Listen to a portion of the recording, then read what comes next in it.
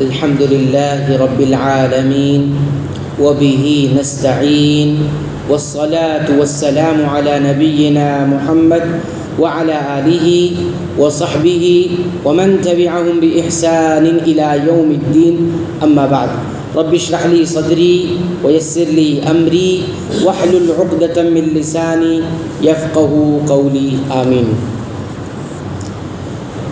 سورۃ البقرہ کی آیت نمبر 48 کی تفسیر بیان کی جا چکی ہے۔ اب اس آیت کریمہ سے ہم نے کیا سیکھا ہے اس کا ذکر کیا جا رہا ہے۔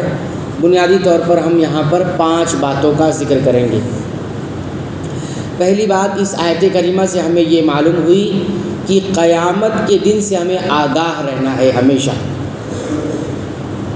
قیامت کے دن سے ہمیشہ ہمیں آگاہ رہنا ہے، اور قرآن حکیم میں اس بارے میں بہت ساری آیات آئی ہوئی ہے کہ قیامت کے دن سے آگاہ رہو، اس سے ڈرتے رہو، یعنی اس کے لیے تیاری کرتے رہو۔ یہاں پر تو یہ بتایا گیا کہ وہاں 4 باتیں ہوں گی، وہ کیا کیا باتیں وہ اگلے پوائنٹ میں آ رہی ہے، لیکن کئی اور مقامات پہ کچھ اور باتیں بھی بیان کی گئی ہیں۔ جیسے ایک مقام پر اللہ تعالیٰ نے یہ فرمایا وَاتَّقُوا يَوْمًا تُرْجَعُونَ فِيهِ إِلَى اللَّهِ، ڈرو اس دن سے کہ جس دن تم سب اللہ کی طرف لوٹائے جاؤ گے۔ ڈرو اس دن سے کہ جس دن تم اللہ کی طرف لوٹائے جاؤ گے۔ تو جس دن لوٹنا ہے اس دن سے ڈرتے رہو، یعنی اس کی تیاری کرتے رہو، ایک دن لوٹ کر اس کے پاس جانا۔ یہ قیامت کے دن کے بارے میں۔ اسی طرح ایک سورہ مزمل کی ایک آیت میں 17 نمبر کی آیت میں فرمایا یوم یجعل الولدان شیبا، اس دن کو یاد کرو یا ڈرو کہ جس دن بچے بوڑھے ہو جائیں گے۔ اتنی اس کی ہولناکی ہوگی کہ بچے بھی بوڑھے دکھائی دیں گے یا بوڑھے ہو جائیں گے اس دن کی ہولناکی سے۔ اتنا ہولناک دن ہوگا وہ قیامت کا دن۔ تو یہ 2 باتیں یہاں پر آئی ہوئی ہیں اس دن سے متعلق۔ تو یہ پہلی بات ہوئی کہ قیامت کے دن سے آگاہ رہنا ہے، اس کے لیے تیاری کرتے رہنا ہے۔ دوسری بات اس آیت کریمہ سے یہ معلوم ہوئی قیامت کے دن کے بارے میں کہ قیامت کے دن کوئی بھی کسی کے کچھ بھی کام نہیں آ سکے گا۔ آنا چاہے گا بھی تو آ نہیں سکے گا، پہلی بات تو کام آنے کی کوشش بھی نہیں کرے گا، اور اگر چاہے گا بھی تو کام نہیں آ سکے گا۔ برخلاف دنیا کے، دنیا میں کیا ہوتا ہے، دنیا میں کبھی کوئی کسی کے کام آ بھی جاتا ہے مشکل گھڑی میں یا کسی سچویشن اور حالت میں، لیکن قیامت کے دن ایسا نہیں ہونے والا۔ یہ ممکن ہی نہیں، اللہ نے قانون ہی نہیں بنایا کہ کوئی کسی کے کام آ جائے قیامت کے دن۔ یہ دوسری بات ہوئی اس آیت کریمہ سے۔ تیسری بات یہ معلوم ہوئی کہ قیامت کے دن سفارش شفاعت فائدہ نہیں دے گی۔ سفارش اور شفاعت جس کو ہم کہتے ہیں وہ فائدہ نہیں دے گی۔ معنی اس کا یہ ہے کہ سفارش ان لوگوں کے حق میں فائدہ نہیں دے گی کہ جو شفاعت کے حقدار ہی نہیں تھے کہ ان کے بارے میں سفارش کی جائے، ان کے حق میں فائدہ نہیں دے گی۔ تفسیر کے دوران ہم نے یہ بتا دیا کہ شفاعت تو ہے، سفارش ہوگی یہ بھی ہے، اور اس کا عقیدہ بھی رکھنا ہے اور اس کو ثابت بھی ماننا ہے، لیکن شرطوں کے ساتھ۔ 2 شرطیں بتائی تھی، جو سفارش کرے گا اس سے بھی اللہ راضی ہو اور اس کو اجازت دے، جس کے حق میں سفارش ہوگی اس سے بھی اللہ راضی ہو اور اس کے حق میں اجازت دے۔ اتنی بات، اور دونوں عقیدہ توحید پر ہوں، تو یہ بات ہو گئی۔ تو قیامت کے دن سفارش نہیں فائدہ دے گی۔ چوتھی بات، قیامت کے دن کوئی بھی فدیہ نہیں چلے گا۔ فدیہ مطلب کوئی بدلہ۔ کام آنے کے لیے دنیا میں ایسا بھی ہوتا ہے، اپنا کام نکالنے کے لیے، نقصان سے بچنے کے لیے انسان مال خرچہ کرتا ہے، یا کچھ ایسی چیزیں دے دیتا ہے کہ جس کے بدلے میں اس کو نقصان سے بچ جاتا ہے یا فائدہ حاصل کر لیتا ہے۔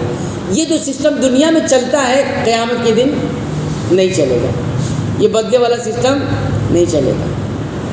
یہ اس آیت کریمہ سے ہمیں معلوم ہوا، کیونکہ اللہ تعالیٰ نے فرمایا وَلَا يُؤْخَذُ مِنْهَا عَدْلٌ، کوئی بھی عدل وہاں پر لیا بھی نہیں جائے گا، چلو لاؤ کچھ ہے تو دے دو اور چھٹکارا پا کے جاؤ، ہے نا.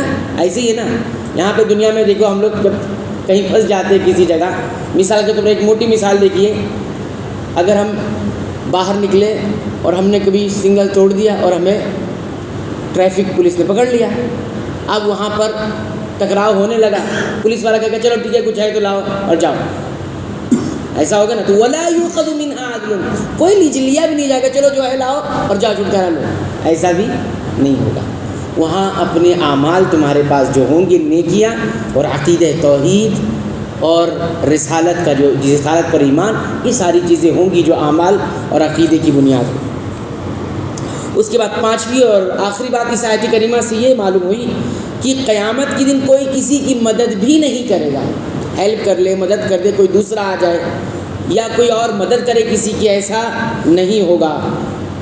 جبکہ انسان گنہگار ہے تو گنہگار ہے, گنہگار ہو گیا تو ہو گیا, مدد کرنے کے لیے کوئی نہیں آئے گا.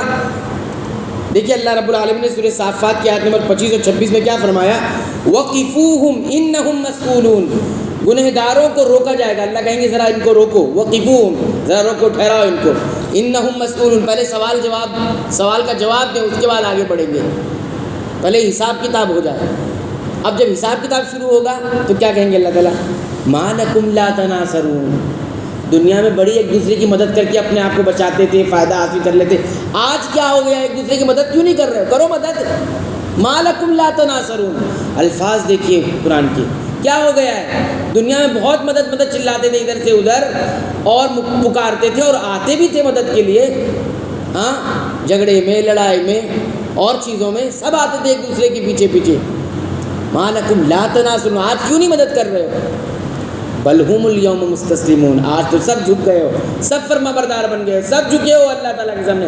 کل تو جھک ہی نہیں رہے تھے, کل تو مان ہی نہیں رہے تھے, اللہ کے وجود کا انکار کر رہے تھے, کل تو اللہ کی ایک نہیں مان کے چل رہے تھے, فرما بردار نہیں بن رہے تھے. کتنی بار کہا فرما بردار بن جاؤ, اللہ کی اطاعت کرو, اللہ کے مطابق چلنے کی کوشش کرو, نہیں چل رہے تھے. بل ہم اليوم مستسلمون, آج دیکھو کیا حال ہے, سب فرما بردار بنے ہوئے, سب اللہ کی طرف نگاہیں گئے, لیکن آج نگاہ کرم تو نہیں ہوگی. کیوں؟ کیونکہ امتحان کی گھڑی ختم, اب حساب کی گھڑی, تو وہاں کوئی مدد نہیں کی, کوئی بھی ایسا نہیں ہوگا قیامت کے دن مدد کر دے. نہ کوئی معبود جس کو معبود بنا لیا گیا تھا دنیا میں, نہ کوئی سید جس کو بہت اوپر کیا گیا تھا, اونچے خاندان کے, یہ بچا لیں گے, نہ کوئی مقام اور مرتبے والا, اور نہ ہی کوئی پیسے والا, نہ مالدار, نہ علم والا, یہ سب, نہ کوئی بادشاہ, جتنے بڑے بڑے دنیا میں بنائے گئے تھے سب ایک دوسرے کی مدد کرتے تھے نا, سب کو یہ ہماری مدد کریں گے, کل بچا لیں گے, دامن پکڑ لیں گے, اور یہ ہو جائے گا اور وہ ہو جائے گا. سب کوئی کسی کی مدد نہیں کرے. وہاں صرف ایک ہی ہے, لمن الملک اليوم للہ الواحد القہار, آج ہے کوئی بادشاہ. اور صحیح مسلم کی روایت کے بارے میں اللہ تعالیٰ فرمائیں گے, کہاں ہیں بڑے بڑے بادشاہ, کہاں ہیں جابر, کہاں ہیں بڑے بڑے حکومت کرنے والے, ہے کسی کی بادشاہ تو آئے سامنے, سب سناٹا, سکوت طاری ہوگا. خود اللہ رب العالمین, لمن الملک اليوم, کس کی بادشاہت ہے, للہ الواحد, آج ایک ہی بادشاہت ہے, ایک ہی کی بادشاہت ہے. کون ہے, القہار, بہت غلبے والا. کل جس نے تمہیں غلبہ دیا تھا آج وہ سارا غلبہ چھین لیا, صرف اسی کا غلبہ ہے. تو یہ قیامت کے بارے میں پانچویں بات اس آیت کریمہ سے معلوم ہوتی. اس طرح سے یہ 5 باتیں مکمل ہوئی, اور سورہ البقرہ کی آیت نمبر 48 کی تفسیر اور اسے سیکھنے والی باتیں مکمل ہو گئی. انشاءاللہ آئندہ درس میں اگلی آیت دیکھیں گے. اللہ تعالیٰ سے دعا کرتے رب العالمین تو ہمیں قرآن حکیم کی پابندی سے تلاوت کی توفیق عطا فرما, اس کو سمجھ کر غور کر کے پڑھنے کی توفیق عطا فرما, اس کے مطابق عمل کرنے کی توفیق عطا فرما. رب العالمین تو قرآن حکیم کو ہمارے دلوں کی بہار بنا دے. رب العالمین تو قرآن حکیم کو ہمارے سینوں کی روشنی بنا دے. رب العالمین تو قرآن حکیم کو ہمارے تمام غموں, پریشانیوں, فکر مندیوں کا علاج بنا. آمین. وآخر دعوانا الحمدللہ رب العالمین.